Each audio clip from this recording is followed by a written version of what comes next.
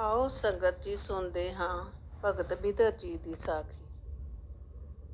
ਰਾਜਨ ਕੌਣ ਤੁਮਾਰੇ ਆਵੈ, ਐਸੋ ਭਾਉ ਬਿਦਰ ਕੋ ਦੇਖਿਓ, ਉਹ ਗਰੀਬ ਮੋਹਿ ਪਾਵੈ।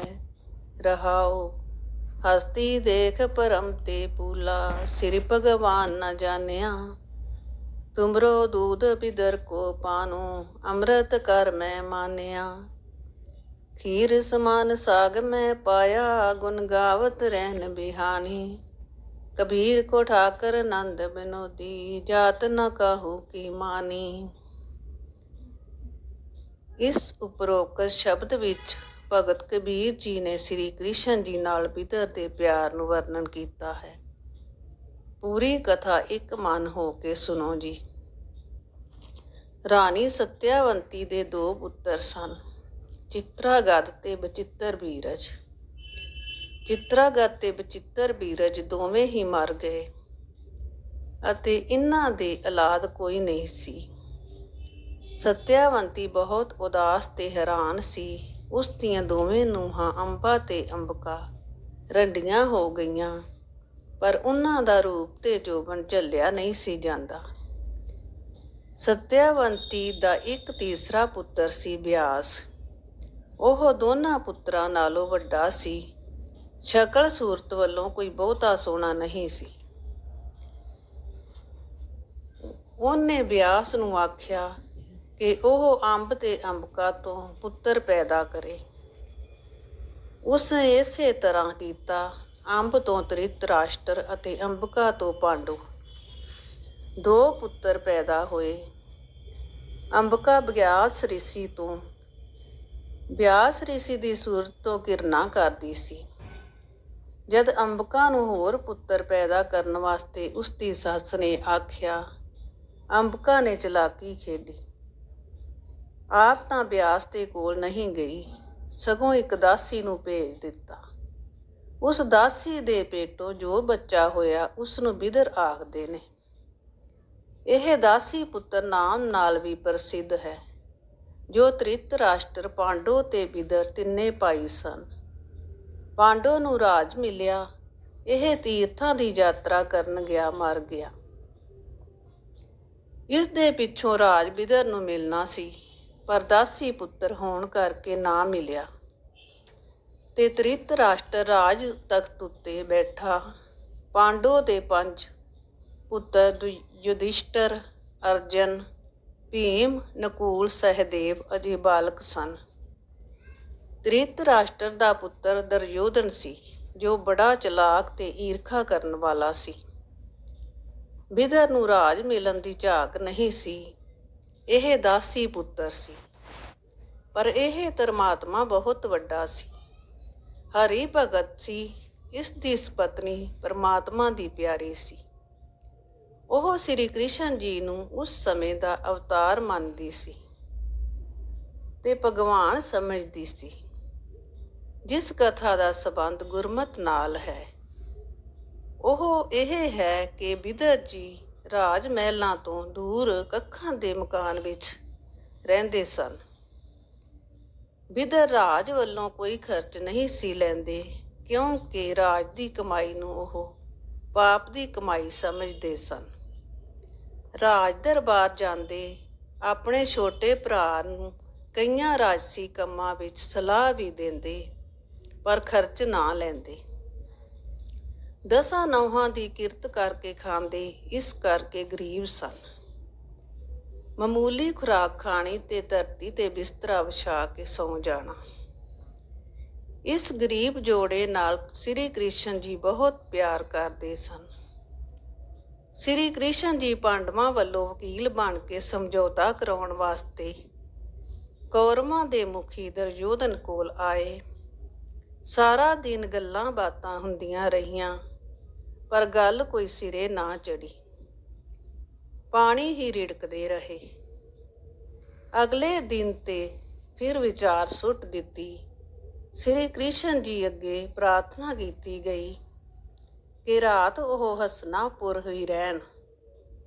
ਸ੍ਰੀ ਕ੍ਰਿਸ਼ਨ ਜੀ ਨੇ ਰਾਤ ਰਹਿਣਾ ਤਾਂ ਪ੍ਰਵਾਨ ਕਰ ਲਿਆ, ਪਰ ਦੁਰਯੋਧਨ ਦਾ ਸ਼ਾਹੀ ਮਕਾਨ ਮਹਿਮਾਨ ਬਣ ਕੇ ਨਹੀਂ। ਉਸ ਨੇ ਕਿਹਾ, ਰਾਤ ਮੈਂ ਜਿੱਥੇ ਜੀ ਕਰੇ ਰਹਾਂਗਾ। ਰਾਜ ਦਰਬਾਰ ਵੱਲੋਂ ਨਿਕਲੇ ਸ੍ਰੀ ਕ੍ਰਿਸ਼ਨ ਜੀ ਬਿਦਰ ਜੀ ਦੇ ਘਰ ਆਏ। ਘਰ ਦੇ ਬੂਹੇ ਅੱਗੇ ਜਾ ਕੇ ਆਵਾਜ਼ ਦਿੱਤੀ, ਭਗਤ ਬਿਦਰ ਜੀ। ਇਹ ਆਵਾਜ਼ ਬਿਦਰ ਦੀ ਇਸਤਰੀ ਨੇ ਸੁਣ ਲਈ। ਬਿਦਰ ਘਰ ਨਹੀਂ ਸੀ। ਜਦੋਂ ਬਿਦਰ ਦੀ ਪਤਨੀ ਨੇ ਆਵਾਜ਼ ਸੁਣੀ ਤੇ ਪਛਾਣੀ, ਉਦੋਂ ਉਹ ਤਨ ਉਦਾਲੇ ਤੇ ਬਸਤਰ ਉਤਾਰ ਕੇ ਇਸ਼ਨਾਨ ਕਰ ਰਹੀ ਸੀ। ਸ੍ਰੀ ਕ੍ਰਿਸ਼ਨ ਜੀ ਦੀ ਭਗਤਨੀ ਸੀ। ਭਗਵਾਨ ਦਾ ਬੋਲ ਸੁਣ ਕੇ ਉਸਨੂੰ ਐਸੀ ਖੁਸ਼ੀ ਚੜ੍ਹੀ ਕਿ ਤਨ ਦੀ ਸੁੱਧ ਨਾ ਰਹੀ।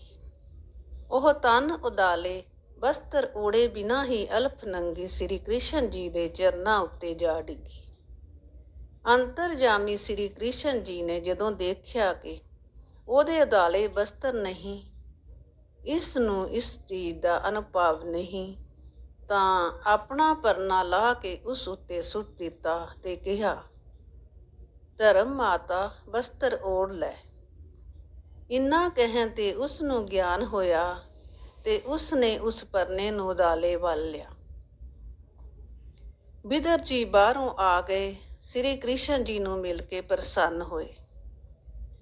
ਬਚਨ ਵਿਲਾਸ ਕਰਨ ਲੱਗ ਪਏ। ਬਿਦਰ ਜੀ ਦੀ ਇਸਤਰੀ ਖੁਸ਼ੀ ਨਾਲ ਬੇਬਲ ਜਿਹੀ ਹੋਈ ਫਿਰਦੀ ਸੀ। ਉਸ ਕੋਲੋਂ ਕੋਈ ਘਰ ਦਾ ਕੰਮ ਨਹੀਂ ਸੀ ਹੁੰਦਾ। ਉਸ ਨੇ ਸਾਗ ਧਰਿਆ ਹੋਇਆ ਸੀ। ਆਪਣੇ ਵੱਲੋਂ ਸਾਗ ਵਿੱਚ ਲੂਣ ਪਾ ਬੈਠੀ, ਪਰ ਲੂਣ ਪਾਉਣ ਦਾ ਖਿਆਲ ਹੀ ਨਾ ਰਿਹਾ। ਸਾਗ ਰਿੱਝ ਗਿਆ। ਤੌੜੀ ਲਾ ਕੇ ਹੇਠਾਂ ਰੱਖ ਦਿੱਤੀ। ਰੋਟੀਆਂ ਪਕਾਈਆਂ। ਸ੍ਰੀ ਕ੍ਰਿਸ਼ਨ ਜੀ ਅੱਗੇ ਸਾਗ ਤੇ ਰੋਟੀਆਂ ਰੱਖ ਦਿੱਤੀਆਂ। ਉਹ ਸਾਗ ਸਵਾਦ ਨਾਲ ਖਾ ਗਏ। ਉਹਨਾਂ ਨੂੰ ਸੁੱਕੀਆਂ ਤੇ ਅਲੂਣੇ ਸਾਗ ਵਿੱਚੋਂ ਸ਼ਰਧਾ ਤੇ ਪ੍ਰੇਮ ਰੂਪੀ ਅੰਮ੍ਰਿਤ ਦੇ ਘੁੱਟ ਆ ਰਹੇ ਸਨ। ਆਨੰਦ ਨਾਲ ਭੋਜਨ ਛਕਿਆ। ਬਿਦਰ ਤੇ ਸ੍ਰੀ ਕ੍ਰਿਸ਼ਨ ਜੀ ਦੇ ਸੀਤ ਪ੍ਰਸਾਦ ਨੂੰ ਜਦੋਂ ਬਿਦਰ ਦੀ ਇਸਤਰੀ ਆਪ ਖਾਣ ਲੱਗੀ ਤਾਂ ਉਸ ਨੂੰ ਪਤਾ ਲੱਗਾ ਕਿ ਝੱਲੀ ਨੇ ਲੂਣ ਹੀ ਨਹੀਂ ਪਾਇਆ। ਆਪਣੇ ਆਪ ਤੇ ਬਹੁਤ ਪਰੇਸ਼ਾਨ ਹੋਈ। ਆਪਣੇ ਹੱਥਾਂ ਨੂੰ ਧਰਤੀ ਤੇ ਮਾਰਿਆ। ਆਤਮਾ ਤੇ ਚੇਤਾ ਸ਼ਕਤੀ ਨੂੰ ਬੁਰਾ ਭਲਾ ਕਿਹਾ ਕਿ ਲੂਣ ਨਾ ਪਾਉਣ ਦੀ ਭੁੱਲ ਕਿਉਂ ਕੀਤੀ। ਪਰ ਸ੍ਰੀ ਕ੍ਰਿਸ਼ਨ ਜੀ ਨੇ ਇਹ ਗੱਲ ਨਹੀਂ ਜਿਤਾਈ। ਉਹਨਾਂ ਨੂੰ ਤਾਂ ਸ਼ਾਇਦ ਪਤਾ ਹੀ ਨਹੀਂ ਸੀ ਲੱਗਾ ਕਿ ਸਾਗ ਅਲੂਣਾ ਹੈ, ਕਿਉਂਕਿ ਉਹ ਵਧੀਆ ਖਾਣੇ ਖਾਣ ਨਹੀਂ ਸਨ ਆਏ। ਉਹ ਤਾਂ ਭਾਉ ਭਗਤ ਦੇ ਭੁੱਖੇ ਸਨ। ਜੇ ਸਲੂਣੇ ਵਧੀਆ 36 ਪ੍ਰਕਾਰ ਦੇ ਭੋਜਨ ਖਾਣੇ ਹੁੰਦੇ ਤਾਂ ਦੁਰਯੋਧਨ ਦੇ ਰਾਜ ਮਹਿਲਾਂ ਵਿੱਚ ਰਹਿੰਦੇ। ਸਵੇਰੇ ਉੱਠ ਕੇ ਸ੍ਰੀ ਕ੍ਰਿਸ਼ਨ ਜੀ ਧ੍ਰਿਤਰਾਸ਼ਟਰ ਦੀ ਰਾਜ ਸਭਾ ਵਿੱਚ ਸਮਝੌਤੇ ਵਾਸਤੇ ਗਏ। ਦੁਰਯੋਧਨ ਨੂੰ ਰਾਤ ਹੀ ਪਤਾ ਲੱਗ ਚੁੱਕਾ ਸੀ ਕਿ ਬਿਦਰ ਦੇ ਘਰ ਰਹੇ ਹਨ ਤੇ ਉਸ ਦੇ ਨਾਲ ਧਰਤੀ ਉੱਤੇ ਲੇਟੇ ਹਨ। ਦੁਰਯੋਧਨ ਸ੍ਰੀ ਕ੍ਰਿਸ਼ਨ ਜੀ ਨਾਲ ਸਿੱਧੇ ਮੂੰਹ ਨਾਲ ਬੋਲਿਆ ਨਹੀਂ। ਜਦੋਂ ਇਹ ਗੱਲ ਖੁੱਲ੍ਹੀ ਤਾਂ ਕਹਿਣ ਲੱਗਾ, ਕ੍ਰਿਸ਼ਨ ਜੀ, ਤੁਸਾਂ ਨੂੰ ਰਾਜ ਤਾਂ ਮਿਲ ਗਿਆ, ਪਰ ਕੰਗਾਲਾਂ ਤੇ ਗਵਾਲੀਆਂ ਵਾਲੀਆਂ ਤੁਸਾਂ ਦੀਆਂ ਆਦਤਾਂ ਨਹੀਂ ਗਈਆਂ। ਆਖਰ ਰਾਤ ਕੰਗਾਲਾਂ ਤੇ ਦਾਸੀ ਪੁੱਤਰ ਬਿਦਰ ਦੇ ਘਰ ਰਹੇ, ਮੇਰੇ ਰਾਜ ਮਹਿਲਾਂ ਵਿੱਚ ਕਿਉਂ ਨਾ ਰਹੇ। ਇਸ ਵਾਰਤਾ ਦੇ ਭਾਵ ਨੂੰ ਭਾਈ ਗੁਰਦਾਸ ਜੀ ਇਉਂ ਬਿਆਨ ਕਰਦੇ ਹਨ। ਆਇਆ ਸੁਣਿਆ ਬਿਦਰ ਦੇ, ਬੋਲੇ ਦੁਰਯੋਧਨ ਹੋਏ ਰੁੱਖਾ। ਘਰ ਅਸਾਡੇ ਛੱਡ ਕੇ ਗੋਲੇ ਦੇ ਘਰ ਜਾਏ ਕੇ ਸੁੱਤਾ। ਭੀਖ ਮਦਰਾਉਣਾ ਕਰਨ ਤਜ, ਸਭਾ ਸਿੰਗਾਰ ਵੱਡੇ ਮਨੁੱਖਾ। ਝੁੱਗੀ ਜਾਏ ਬਲਾਇਨ, ਸਭਨਾ ਦੇ ਜੀ ਅੰਦਰ ਦੁੱਖਾ। ਹੱਸ ਬੋਲੇ ਭਗਵਾਨ ਜੀ, ਸੁਣ ਹੋ ਰਾਜਾ ਹੋਏ ਸਨਮੁਖਾ। ਤੇਰੇ ਭਾਉ ਨ ਦਿਸਈ, ਮੇਰੇ ਨਾਹੀ ਅਪਦਾ ਦੁੱਖਾ। ਭਾਉ ਜਵੇਹਾ ਬਿਦਰ ਦੇ, ਹੋਰੀ ਦੇ ਚਿਤ ਚਾਉ ਨਾ ਚੁਖਾ। ਗੋਬਿੰਦ ਭਾਓ ਭਗਤ ਦਾ ਭੁੱਖਾ। ਭਾਵ ਭਾਈ ਸਾਹਿਬ ਜੀ ਕਹਿੰਦੇ ਹਨ, ਜਦੋਂ ਦੁਰਯੋਧਨ ਨੇ ਸੁਣਿਆ ਕਿ ਬਿਦਰ ਦੇ ਘਰ ਸ੍ਰੀ ਕ੍ਰਿਸ਼ਨ ਜੀ ਰਹੇ ਹਨ ਤਾਂ ਉਹ ਬਹੁਤ ਖੁਸ਼ ਹੋ ਕੇ ਬੋਲਿਆ। ਕਹਿਣ ਲੱਗਾ, ਸਾਡਾ ਘਰ ਛੱਡ ਕੇ ਤੂੰ ਗੋਲੇ ਦਾਸ ਨੌਕਰ ਦੇ ਘਰ ਜਾ ਕੇ ਸੁੱਤਾ ਸੀ। ਵੱਡੇ ਵੱਡੇ ਸਰਦਾਰਾਂ ਭੀਸ਼ਮ ਪਿਤਾਮਾ, ਦਰੋਣਾਚਾਰੀਆ, ਕਰਨ ਤੇ ਹੋਰ ਰਾਜ ਸਭਾ ਵਿੱਚ ਬੈਠਣ ਵਾਲੇ ਮਨੁੱਖ ਸਨ। ਉਹਨਾਂ ਵਿੱਚੋਂ ਕਿਸੇ ਹੋਰ ਦੇ ਘਰ ਰਹਿ ਪੈਂਦੇ ਜੇ ਮੇਰੇ ਕੋਲ ਨਹੀਂ ਸੀ ਰਹਿਣਾ ਤਾਂ। ਸਾਰਿਆਂ ਦੇ ਦਿਲਾਂ ਵਿੱਚ ਫਿਕਰ ਤੇ ਮਾਯੂਸੀ ਸੀ ਕਿ ਕੱਖਾਂ ਦੀ ਕੁੱਲੀ ਵਿੱਚ ਕਿਉਂ ਜਾ ਕੇ ਸੁੱਤਾ ਹੈ। ਸ੍ਰੀ ਕ੍ਰਿਸ਼ਨ ਭਗਵਾਨ ਜੀ ਹੱਸ ਕੇ ਬੋਲੇ, ਹੇ ਰਾਜਾ ਦੁਰਯੋਧਨ, ਸਾਹਮਣੇ ਹੋ ਕੇ ਸੁਣ। ਤੇਰੇ ਘਰ ਤੇ ਤੇਰੇ ਹਿਰਦੇ ਵਿੱਚ ਮੈਨੂੰ ਪਿਆਰ ਤੇ ਸ਼ਰਧਾ ਨਹੀਂ ਦਿਸੀ। ਹੋਰ ਤੇਰਾ ਮੈਨੂੰ ਕੋਈ ਦੁੱਖ ਨਹੀਂ। ਜਿਹੋ ਜਿਹਾ ਪ੍ਰੇਮ ਸਤਿਕਾਰ ਬਿਦਰ ਤੇ ਹੈ, ਉਹੋ ਜਿਹਾ ਤੁਸਾਂ ਕੋਲ ਕਦੀ ਹੋ ਹੀ ਨਹੀਂ ਸਕਦਾ। ਭਾਈ ਗੁਰਦਾਸ ਜੀ ਅਖੀਰਲੇ ਚਰਨ ਵਿੱਚ ਤੱਤ ਕੱਢਦੇ ਹਨ ਕਿ ਪ੍ਰਭੂ ਤਾਂ ਪ੍ਰੇਮ ਤੇ ਭਗਤੀ ਦਾ ਭੁੱਖਾ ਹੈ, ਉਹ ਸ਼ਾਹੀ ਰੋਹਬ ਹੇਠ ਨਹੀਂ ਆ ਸਕਦਾ। ਵਾਹਿਗੁਰੂ ਜੀ ਕਾ ਖਾਲਸਾ, ਵਾਹਿਗੁਰੂ ਜੀ ਕੀ ਫਤਿਹ।